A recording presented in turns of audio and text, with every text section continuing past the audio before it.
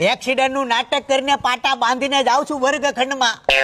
4 પેપરમાં ફેલ છો છું, હવે પાસમું હાસવી લેજે તું. વસાઈ ગયું છે ને બધું? તારા ભાઈએ રાત્રે 4 વાગ્યા સુધી વાંચ્યું એ હોમાંથી 98 આવે ને તો જ બકે ને પેપર ચાલુ થાય તો તું હુઈ જાજે. તારો ભાઈ લડી લે પેપર ના ગોબા ઉપર લે. વાહ,